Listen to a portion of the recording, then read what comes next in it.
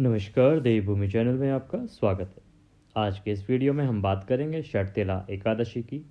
षटतिला एकादशी कब है, इसका पारण का समय क्या रहेगा, कब आप पारण करें, व्रत किस प्रकार से करें, इस एकादशी के नियम क्या हैं, षटतिला एकादशी पर भगवान विष्णु की पूजा कैसे करनी चाहिए, क्या विशेष बातें हैं जिनको अवश्य हमें ध्यान में रखना चाहिए व्रत करते समय और पूजा करते समय, ये सारी जानकारी आपको आज के इस वीडियो में प्राप्त होगी। माघ मास के कृष्ण पक्ष की एकादशी जो होती है उसको कहते हैं षटतिला एकादशी। यह प्रतिवर्ष फरवरी के महीने में, अगर हम अंग्रेजी महीनों के हिसाब से देखें तो फरवरी के महीने में आती है और इस वर्ष ये फरवरी की पहली एकादशी है। इस एकादशी की खास बात यह है कि इसमें 6 प्रकार के तिल का प्रयोग किया जाता है। पूजा में, भोग में 6 प्रकार के तिल का प्रयोग होने के कारण इसको षटतिला एकादशी कहा जाता है। पंचामृत में तिल मिलाकर भगवान विष्णु को स्नान कराने का विशेष महत्व षटतिला एकादशी के दिन है। यही फर्क है बाकी एकादशियों में। इसमें इस एकादशी में जो पंचामृत होता है जिससे हम भगवान विष्णु को स्नान कराते हैं, उसमें तिल अवश्य डालने चाहिए और उन तिलों से भगवान विष्णु का स्नान ध्यान कराना चाहिए। षटतिला एकादशी को तिल मिश्रित भोजन करना चाहिए। भगवान श्रीहरि के भोग में भी तिल का प्रयोग अवश्य किया जाना चाहिए।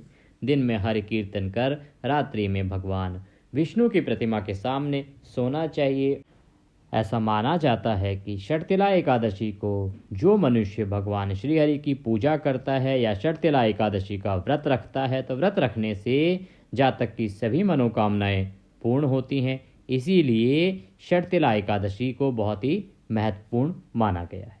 अब बात करते हैं कि षटतिला जो एकादशी है वो है कब, लेकिन उससे पहले उसकी पूजा विधि जान लेना बहुत आवश्यक है कि आप इस दिन भगवान श्रीहरि की पूजा किस प्रकार से करेंगे। नियम होना चाहिए कि सबसे पहले आप ब्रह्म मुहूर्त में उठ जाएं। ब्रह्म मुहूर्त का समय होता है सुबह 4:30 बजे से 5 बजे का। इस समय आपको उठ जाना चाहिए। शीत ऋतु अपनी विदाई की ओर है, बसंत का आगमन होने वाला है। फिर भी अगर बहुत सारे कुछ जो सज्जन हैं जिनको परेशानी हो सुबह जल्दी उठने में, तो वो भी सूर्योदय से पहले अवश्य उठ जाएं। सूर्योदय से पहले उठने के बाद स्नान आदि करने के बाद स्वच्छ वस्त्र धारण करें। पीले वस्त्र हों तो पीले वस्त्र धारण करें। आपका जो पूजा का स्थान है वहाँ पर बैठें और एक लोटे या ग्लास में गंगाजल मिश्रित जल, अर्थात आप अपने शुद्ध जल उसमें भरें और कुछ बूंदे गंगाजल की उसमें डाल लें। सबसे पहले भगवान विष्णु को स्नान कराएंगे। भगवान विष्णु को षटतिला एकादशी के दिन आप पंचामृत बनाएं। पंचामृत बनाने के लिए बहुत थोड़ा सा दूध, थोड़ा सा दही, थोड़ा सा घी, थोड़ा सा शहद और थोड़ी सी चीनी या शक्कर आपके पास हो, मिलाएं, उससे पंचामृत बनाएं। उसको पानी की मात्रा उसमें थोड़ी ज़्यादा रखें या दूध की मात्रा ज़्यादा रखें जिससे कि वो बहुत ही पतला हो जाए। आपके पास भगवान विष्णु की कोई प्रतिमा है तो उस प्रतिमा को स्नान कराएं और इस दिन षटतिला एकादशी में आप उसमें तिल अवश्य प्रयोग करें। पंचामृत में तिल डालें। भगवान विष्णु को पहले शुद्ध जल से स्नान कराएंगे, फिर पंचामृत से स्नान कराएंगे और फिर पुनः शुद्ध जल से स्नान कराएंगे। उसके बाद उनको पोंछें स्वच्छ वस्त्र से। पोंछने के बाद रौली, चंदन आदि का तिलक करें। तिलक करने के बाद पुष्प अर्पित करें, घी का दिया जलाएं, धूप दिखाएं। भगवान को वस्त्र के रूप में मौली का एक छोटा सा टुकड़ा, मौली जिसको कलावा धागा कहते हैं, उसका एक टुकड़ा तोड़ें और वो भगवान को वस्त्र के रूप में अर्पित करें।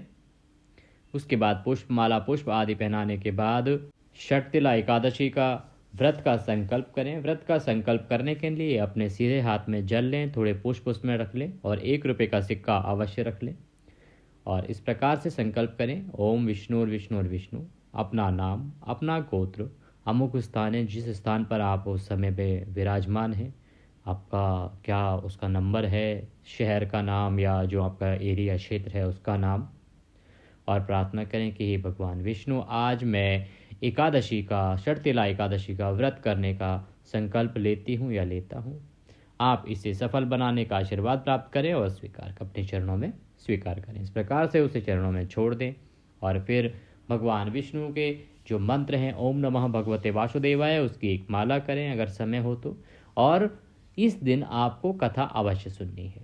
तो इस समय पूजा के बाद आप षटतिला एकादशी का जो महात्म्य है, कथा है, उसको सुने। उसके श्रवण के लिए आपके पास कोई पुस्तक है तो उत्तम है, आप पढ़ सकते हैं। अन्यथा आप हमारे चैनल पर भी कथा आपको उपलब्ध कराई जाती है, आपको अपलोड की जाती है, तो आप कथा का वीडियो चला दें और उस कथा को सुने। सुनने के बाद भगवान विष्णु की आरती करें। आरती करने के बाद भोग लगाएं। भोग में ध्यान रखें कि भगवान विष्णु को जो भोग लगेगा उसमें तुलसी दल का होना अति आवश्यक है। तुलसी का पत्ता अवश्य डाल लें। तुलसी का पत्ता कब तोड़ना है इसका भी एक नियम है। देखिए, दशमी तिथि को अगर ये देखना जरूरी है कि क्या उस दिन इतवार तो नहीं है, क्योंकि एकादशी को तो तुलसी पत्र नहीं तोड़ा जाता है, इसीलिए उसे एक दिन पहले तोड़ के रखना होता है दशमी को। अगर गलती से उस दिन रविवार हो तो आपको और ध्यान रखना चाहिए, वो शनिवार को ही तोड़ के रखना होगा। और भोग जो है वो भगवान श्रीहरि बिना तुलसी के स्वीकार नहीं करते हैं। तो तुलसी दल जो है वो दशमी तिथि को तोड़ के रख लें और उसके बाद जब भोग लगाएं भगवान विष्णु को तो उसमें तुलसी दल का एक पत्ता अवश्य रखें। भगवान को भोग लगाएं। भोग लगाने के बाद आप प्रसाद वितरित करें और पहले दिन आप फलाहार करेंगे। अगले दिन उसका व्रत का पारण होगा। पारण होगा द्वादशी तिथि में। द्वादशी तिथि में अगले दिन उस व्रत का पारण होगा। और पारण का जो नियम है वो ये कहता है कि आप पारण नहीं कर सकते हरिवासर के समय। हरिवासर होता है द्वादशी तिथि जब आरंभ होती है तो उसके पहले 5 से 5.5 घंटे, इसको हम हरिवासर का समय कहते हैं। अगर आप ज्योतिष शास्त्र की बात करें तो उसके अनुसार जो सिंधु ज्योतिष शास्त्र है वो कहता है कि पहले 2.5 घंटे का जो समय है उसमें पारण नहीं किया जाना चाहिए। पहला 2.5 घंटे जो है वो हरिवासर का समय होता है।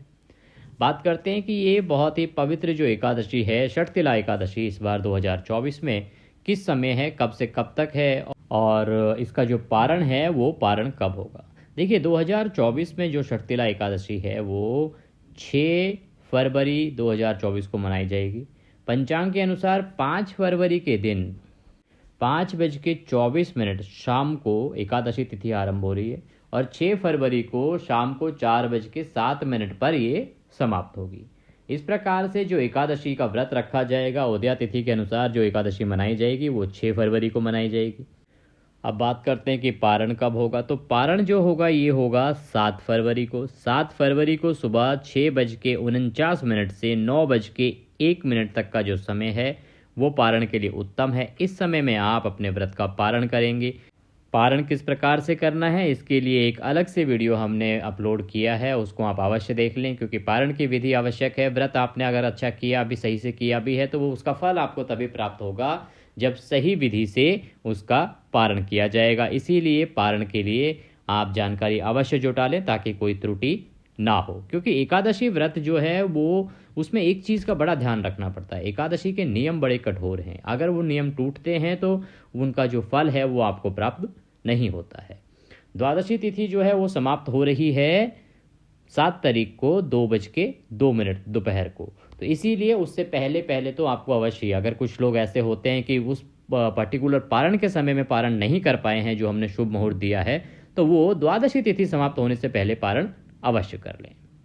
ये थी जानकारी षटतिला एकादशी के बारे में। वीडियो अच्छा लगा हो तो उसे लाइक करें, कमेंट बॉक्स में जय श्री हरि लिखना ना भूलें। अगर चैनल पर नए हैं तो चैनल को सब्सक्राइब कर लें। अगले वीडियो में फिर होगी आपसे मुलाकात, तब तक के लिए जय श्री हरि।